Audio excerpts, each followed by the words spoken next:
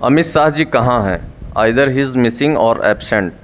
Parliament session चल रहा है और भारत सरकार के केंद्रीय गृह मंत्री गायब हैं, ऐसा भारत की विपक्षी राजनीतिक दल अपोजिशन पार्टीज कह रही हैं। क्या सच में अमित शाह जी संसद नहीं आ रहे हैं या कोई और बात है? कांग्रेस के मेंबर ऑफ पार्लियामेंट केसी वेणुगोपाल और ये एक दूसरे मेंबर ऑफ पार्लियामेंट। विपक्ष लगातार पूछ रहा है कि अमित शाह जी कहाँ गायब हैं, सदन में आकर जवाब दें।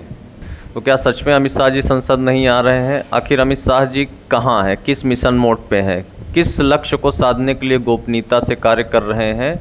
क्योंकि मीडिया रिपोर्ट्स लगातार देश के सामने आ रही हैं कि अमित शाह जी प्रतिदिन संसद आ रहे हैं, कभी धोती कुर्ते में आ रहे हैं, यहाँ तक कि भारी बरसात में भी वो लगातार संसद आ रहे हैं। और सबसे बड़ी बात ये है कि देर रात तक रुककर संसद में कार्य कर रहे हैं।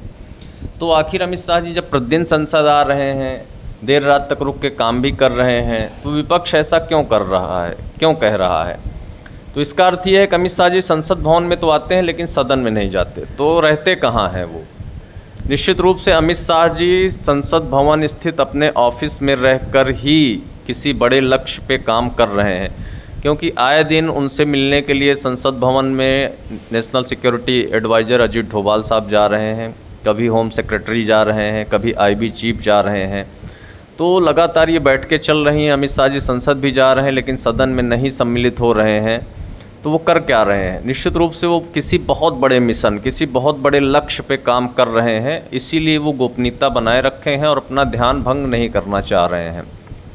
अमित शाह जी के बाद असदुद्दीन ओवैसी का एक बहुत रिमार्केबल स्टेटमेंट है कि अमित शाह जी कोई कच्चा काम नहीं करते। वो जिस भी मिशन को अपने हाथ में लेते हैं उस लक्ष्य को पूरा करके ही दम लेते हैं।